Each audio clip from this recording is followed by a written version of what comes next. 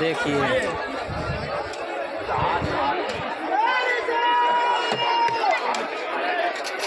अभी गंगा मैया का पानी बढ़ गया है। देखिए बम लोगों का भीड़, कल सोमवारी है मलई मास का, और देख सकते हैं बम लोग अभी आ ही रहे हैं। देखिए आ रहे हैं और इधर से आएंगे और इधर से जाएंगे और स्नान करेंगे। देखिए बहुत सारे बम स्नान कर रहे हैं, जल भर रहे हैं।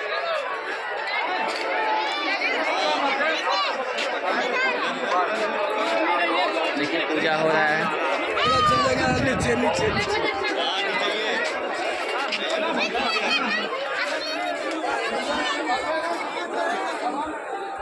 देखिए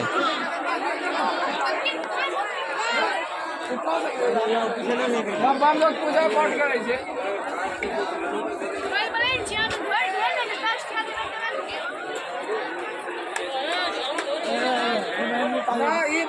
पूजा पाठ तो यहाँ जो टॉप